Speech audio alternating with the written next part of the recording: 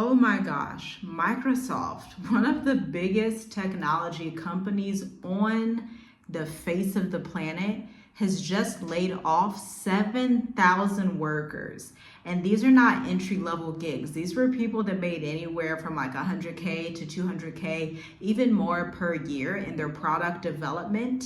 And they're developers, okay? Software developers, product developers have been laid off from Microsoft. Now, what you want to listen to about this, and we're going to do some reactions together in real time so we can hear from the people who have been laid off. They're not going to be on video, but we're going to do some audio listening together here. Now, one of the things that really stuck out as I read the Seattle Times is the fact that these 7,000 people, or about 6,000, they have laid all these people off, and it was not performance-based, but it was part of an overall strategy to streamline the corporate ranks and flatten management across the company. Keyword, flatten management. They're like, we have too many managers up here. There's too many chiefs, not enough Indians. They're like, look, we need to get rid of some of these people. They are replacing management roles with 5 days notice. I've seen a few people get online here and talk about being laid off from Microsoft with 5 days notice. It's all over my YouTube algorithm. It's all over my timeline, and we need to sit down and break this down together so that we can identify what this means for you moving forward. Let's talk about it. So I'm reading the Seattle Times, okay? At Microsoft, employees describe an increased emphasis on AI in their daily work. Some said they felt a shift over just the past year with more pressure to incorporate AI in their role rather than just view it as a helpful tool. And internal memos from various divisions viewed by the Seattle Times, higher ups said teams would be restructured so managers had more direct reports under them than ever before. These managers about to be burned out, the ones who are staying there. And Microsoft's filing to the state's Employment Security Department, it disclosed the types of roles that had been eliminated and whether employees were coded as managers or individual contributors. Less than 17% of the layoffs affected employees that were listed as just managers, okay? So if you look at this graph, you will see that the top people that were laid off at Microsoft were engineers, product management, and technical program management developers. Closely following those roles was business program management, customer experience, and product design. Now, if you did not know, I'm an international marketing strategist of 9 years, founder of Black Educators Amplified, co-founder of Journey With Us, this media channel, founder of Tiffy G Writes, our bespoke marketing advisory firm. Guess what? I'm telling you right now, for those freelancers out there, this is an opportunity for you, but for you W-2 people out there, this is bad for you. This is why it's so important to have your side hustle. We are no longer in the times where it's like, oh, I can just depend on my job. These people at Microsoft had 5 days notice. And remember, with the federal government, they just months ago had just laid off 200,000 federal employees, okay? This is not necessarily new, but we're seeing a change of the times that's super fast because 2020, 2022, kind of 2023 era, we had a lot of people that were being hired in sales development, product management, all these technical roles. They're like, yes, we're making all this money, like it's great, it's good. A lot of them didn't even have to go to college. A lot of people would take boot camps from places like Course Careers and other boot camps that can actually get you in the door at these tech companies.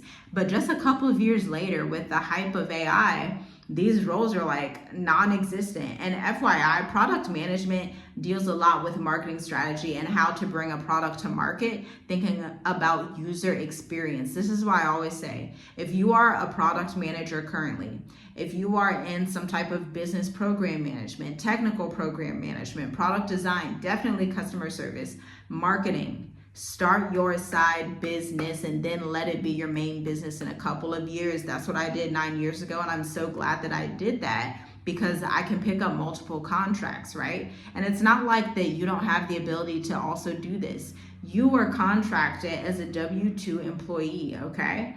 But think of it as business to business. You're that person that came in. You've won a contract before if you are a W-2, but they hired you on W-2 versus 1099 contractor. Now, when you're an entrepreneur, you can pick up these tech contracts, work with these people for 6 months to 12 months and be done just like that, okay? And then that's it. This is the way that freelancing works. And if you are into freelancing, you want to start freelancing, you want to start serving clients on the side before they kick you out, check out the Black Educators Amplified link down below. We have a new mini course that is literally the mini segment of our 8-week accelerator, where we have served functional medicine providers, electricians, engineers, relocation consultants, education consultants, and literacy to start their own businesses so they can move abroad, so they can pay off their debt, so they can just have some extra money in the bank. Who doesn't want an extra couple $1,000s in the bank every single month, okay? So check that out at the link in the description. But next,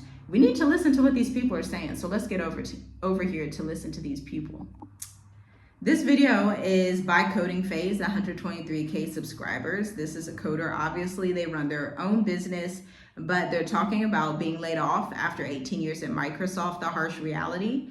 It's a reaction video, so we have a compilation of people who have been laid off again. If you start looking at these videos, I'm going to link it down below. Your algorithm's going to feed you more content like this so you can see like what's actually happening. I believe what's best in these times is to just face this head on as somebody that is a W-2 employee and say, okay, let me learn AI. Let me understand how it can help my role or how it can cripple my role. Let me understand what I can do. Now, I'm a copywriter, a marketing strategist. I do not write copy with AI and just send it to clients. No, I am here for human experience, okay? I was doing some research and I'm telling you, in the next 10 years, the businesses that stay open, the people that still get contracts are going to be people that master human experience and have a skill set that is beyond surface level. Because think about this, whenever I'm in corporate America, contracting with corporations, I'll be honest with you, a lot of you guys just waste time. I'm not trying to be funny. I've sat on corporate boardroom meetings. They bring me in as a consultant because I am focused on driving results. I'm very action-based, results-oriented. I'm not here to be your friend, not here to do all those things. Like, we're here to get the ball rolling so we can make some money for this company so they can go on about their business. But a lot of people in these corporations will just sit for hours on Zoom calls saying nothing at all, where you could have gotten more done. And this is why they're having AI replace some of you guys, some of these people out here, because it's like, you don't bring real value to the company. Yes, you've helped them make thousands or millions or whatever, but at the end of the day, if you're mostly sitting on Zoom 50% of the time, that could have been spent better. Like, condense your Zoom meetings. Instead of an hour and 30 minutes, how about do 30 minutes? Instead of doing like 5 Zoom meetings a week, why not have some standard operating procedures where the team communicates inside of Google Docs and Slack? But I digress. Let's go ahead and listen to this video. Just improve dev experience for millions and still found themselves without a job.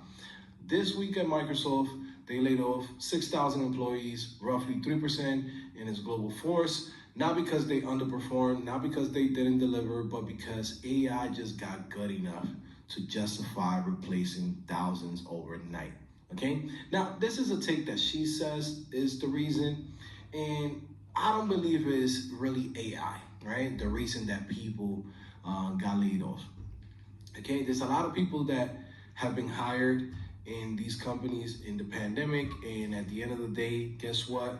Business is not making as much money as they used to, right? Also too, they hire people that maybe, they need at the time, but guess what? At some point, they don't need. Now, at, this situation, right? For this guy, I don't believe that that's his case, right? So let's look at his tweet. So Ron Buckton says, after 18 years at Microsoft, with roughly a decade of that time working on TypeScript, I have fortunately been let go in the latest round of layoffs. I need to take a few days to process before I start looking for work. Thanks to everyone who's been part of my journey so far, okay? Pause. We got to pause. So we had the first lady. She was a senior software engineer. Okay, she had been laid off. She was on Twitter. Obviously you can get on Twitter and see some of these tweets. Just tweak your algorithm a bit and start looking at this content. This next guy, Ron Buckton, and he's like a white American guy, regular guy, worked at Microsoft 18 years. 18 years. And within 5 days, they're like, all right, we need y'all to go. We need you to proceed on out. Okay. It's just like the only solution here is to have your side hustle. That's the only solution. And some people may not want to hear that solution, but I want you to think about this. If Ron would have known this was coming down the pipeline 6 months, 12 months, 18 months, 24 months ago, Ron would have had his side business. Ron would have been like, oh yeah, like if only you knew what the future holds. That's why it's like prepare today while you're comfortable. Like it's better to start freelancing while you're on top, while you have money to invest in your business, to invest in your startup. It's better to start now than later. And it's very simple. Start with what you're passionate about, and meet the intersection of passion with what pays. For example, y'all know I'm a marketing strategist. A lot of what I do is writing, copywriting, bringing products to market. When I started out, I wrote about natural hair care. I'm a natural girl. As you can tell, I like my natural hair. This is my hair, no weaves, no wigs, period. That's where I started out. And although I love natural hair, that's my passion. My true passion is writing, but I write about finance. I typically work with mostly finance and healthcare firms, okay? Because that's where the money resides. And so, of course, I would love to just write about styling my hair all day. Who wouldn't want to do that? But at the end of the day, I have to also understand that my passion itself is writing. And so I also have to go to what pays. That's what you want. You want to mix passion with what is currently in demand in the market. But let's keep going. These videos, it's like 14 minutes. And I'm telling you, I have seen so many of these. Like, it's just crazy. It's just like, wow. Like, it's like, what can you really say? 1,000, sometimes even more. So imagine how much this guy was making after 18 years at Microsoft. So a company goes in and says, well, do we continue to go in and fund this individual, right? And say, hey, he continues to work for Microsoft? Or do we say, he did his job. He did the work that he needed to do. And now I think we're ready to move on and maybe get somebody for cheaper. It could be somebody in India, it could be somebody in Nigeria, it could be somebody in Colombia, Dominican Republic, somewhere else, right? It's cheaper to hire somebody who has less experience and can maybe do the same amount of work as somebody that has been around for 10, 15 years. Because remember, every year you make more money in a sense, especially at these companies. So let's say, I don't know his situation, but let's say he's making $500,000. Let's say he's making maybe $800,000. I mean, I hope that he was making like $800,000 after 18 years at Microsoft, right? He could have probably jumped ship and worked at other companies a long time ago, but he was loyal to his company. You would think that they will appreciate the work that he did, but it's just business to a lot of these companies. And you gotta always think about this, okay? So when you work at these companies, especially in corporate, understand the more years that you have at a company, the more money they gotta pay you. The more of a liability you are. And yeah, like he said, that's just business. It just kind of is what it is. As an entrepreneur, I understand both sides. I'll be honest with you, because when you're a business owner and you have an economy that's changing, you have an economy that's not stable, and you see like the people that you hire, the people that, have been working in your firm are maybe not able to drive results. They don't bring a clear bottom line, because that's very measurable. It's very measurable for you to understand if your contractors or if your people are actually driving revenue. You just look and see like what they're doing and then look at your revenue generating activities, right? So some businesses, a revenue generating activity is, hey, we have to be on Instagram and communicate with our followers and make sure we send so many pitches or whatever per day, or, maybe they're mostly focused on their email list. Maybe they're mostly focused on blogging and SEO, Facebook ads. Clear revenue drivers. All of those activities are clear revenue drivers. But the way that corporate America is set up, especially in product development teams, I've sat on these teams. I'm telling you, a lot of the times these people, black, white, everything in between, everybody will just sit there and not really drive results and just go back and forth for no reason, not really ever executing on anything, but just deliberating in this boardroom for 5 hours. Now, from the perspective of a corporation like Microsoft, okay, let's say that they come across some freelancers. Let's say they find a senior product manager freelancer that is phenomenal at what they do. They have a portfolio. They've been able to make 12 million in one single campaign within a span of like 12 weeks for a so-and-so client. And they have the receipts in the portfolio to prove it. Now, this consultant, if you were to bring them in and just let them execute without all of the extra Zoom calls, all the extra stuff, that person would have made that business that 12 million in record time. Now, Microsoft or whatever corporation would see that and go, why are we paying all these people to sit here and do nothing? This is how you have to empathize with businesses. As a freelancer, as an entrepreneur, that's why a lot of businesses work with freelancers over W-2s, because it's like they know a freelancer is more business to business. It's not business to employee. It's, hey, I care about my reputation. I want to drive results for you as fast as humanly possible. You want me to drive those results. Let's work together. Then you're harder to replace. Then it's like, no, I'm not letting this person go. They drive results every single time. And even when we try to replicate what they do, we're unable to do it. This is the person that you have to be in the market that exists today. It just is what it is. You need to up-level your skill set. So if you're an engineer, you better figure out all these coding engineering apps to see what your competitive edge is. If you're a product manager, if I were you, I would just start a side hustle and have my own product management firm. I wouldn't call it that because most small businesses don't know what that is. So it would be a marketing agency for a specific niche, okay? Or a brand development agency for a specific niche. And you have to be at the top of your game. We're in the age of AI. AI can get rid of people who are just generic. So when it was just good enough, that's not good enough anymore. Just good enough means you're not going to get paid. And while you're at it, start a YouTube channel, document your life, talk about your experiences. The human experience is something that can never get outsourced. And so we're going to see more med spas taking off, more luxury trip experiences taking off, more like even Airbnb just expanded their own business and started having like hairstylists and nail people and like cooks and chefs on the Airbnb platform. Human experience, people who can function in human experience and provide high caliber customer experience to their best clients. You don't have to work with that many clients. You really just need a couple of clients that are willing to pay you $2,000, $3,000, $5,000, $7,000. Some are willing to pay you $10,000 a month, okay? On repeat, like monthly reoccurring revenue, MRR. That is what you need to be successful, and that's it. But when you have these corporations, and I'm telling you, in corporate marketing, as a consultant, I constantly come in and I'm like, nobody's doing anything. Like, you guys are literally just sitting here going over 30 Google Drives and then thinking that's executing on something. I honestly, as an international marketing strategist, I can come out with 40 emails per month for just one client. Not AI, me, meaning the content I write is 10 times better than what AI could write for you. And so this is why I'm consistently and always in demand. You need to love what you do. You need to have a passion for what you do. As I told you, I love writing. I have a passion for writing. I write the way that I breathe. There's not a day that goes by. I don't care if I'm sick. There's not a day that goes by that I'm not writing something, okay?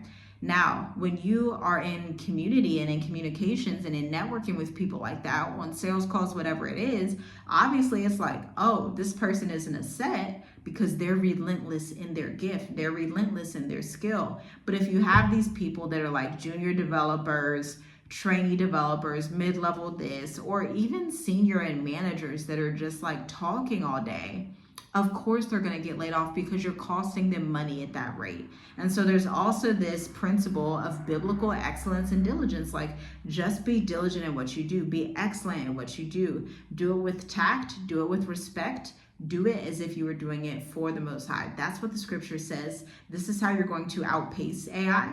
This is how AI is going to be able to be used as a tool and leverage for you to make your life easier so that you can cut out the mundane things. You no longer need that assistant that barely gets stuff done. Cut out the main mundane things. Now you can serve at a higher capacity. Let me know what you think about this video. Again, shout out to Coding Phase, their channel. I'm going to link it below, but I've seen so many videos like this. Let's open up the conversation. What do you think the solution is? Do you agree with me or not? Shalom, shalom. I'll see you in the next video.